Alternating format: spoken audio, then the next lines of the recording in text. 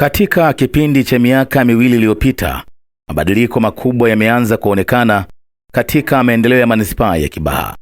Chini ya uongozi wa Rogers Shemwilekwa, mkurugenzi wa manispaa ya Kibaha, juhudi zimeelekezwa katika kuongeza mapato ya ndani, kuwawezesha wajasiriamali na kuboresha huduma kwa wananchi. Moja ya mafanikio makubwa katika kipindi hiki ni ongezeko kubwa la mapato ndani ya halmashauri.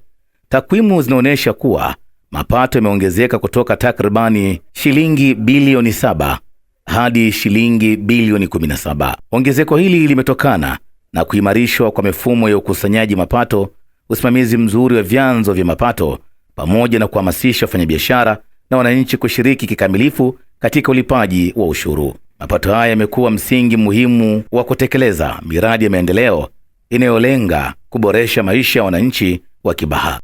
Katika kukuza uchumi wa wananchi, halmashauri imeendelea kutoa mikopo isiyo na riba kwa vijana, wanawake na watu wenye ulemavu. Zaidi ya shilingi bilioni 1 zimetengwa kwa ajili ya mpango huu wa uwekezaji wa kiuchumi. Kupitia mikopo hiyo, wajasiriamali wengi wameweza kuanzisha na kupanua biashara zao katika sekta mbalimbali kama biashara ndogondogo, huduma na uzalishaji. Hatua hii imeongeza ajira na kuajiri na kusaidia kuongeza kipato kwa familia nyingi ndani ya manispaa. Pamoja na kuimarisha uchumi wa wananchi, halmashauri imeendelea kusimamia utekelezaji wa miradi ya maendeleo.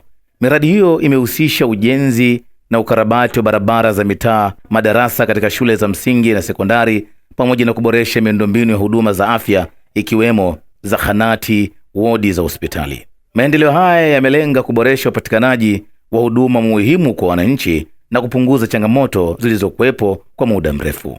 Kwa ujumla, katika kipindi cha miaka miwili ya uongozi wa Dr. Rogers Shemwilekwa, manispaa ya Kibaha imepiga hatua katika kuimarisha uchumi wa ndani na kuendeleza huduma za jamii. Kupitia ongezeko la mapato ya ndani, mikopo kwa wajasiriamali na utekelezaji wa miradi ya maendeleo, Kibaha imeendelea kujijenga kuwa miongoni mwa manispaa zenye kasi ya maendeleo katika mkoa wa Pwani na nchi kwa ujumla. Halmashauri yetu ya manispaa ya Kibaha, kwanza tunawashukuru sana wafanyabiashara na wadau wote kwa sababu tunashirikiana vizuri na mapato ya halmashauri ya manispaa ya Kibaha yameendelea kukua siku hadi siku. Wakati mimi nateuliwa na Mheshimiwa Rais Daktari Samia Suluhu Hassan, makusanyo ya mapato ya ndani wakati nafika hapa tarehe 12 ya mwezi wa 3 mwaka 2024, makusanyo ya mapato ya ndani ilikuwa ni bilioni 7. Lakini leo hii tunayozungumza ikiwa takribani miaka miwili kasoro ya mimi kuwepo hapa, mapato ya ndani yamepanda kutoka bilioni 7 tunaenda kwenye bajeti ya bilioni 17.8. Sasa mradi huu wa TACTIC baada ya kukamilika, tunaenda kukusanya mapato yasiyopungua shilingi milioni 400. Maana yake ni kwa bajeti yetu sasa itaenda kwenye bilioni 18.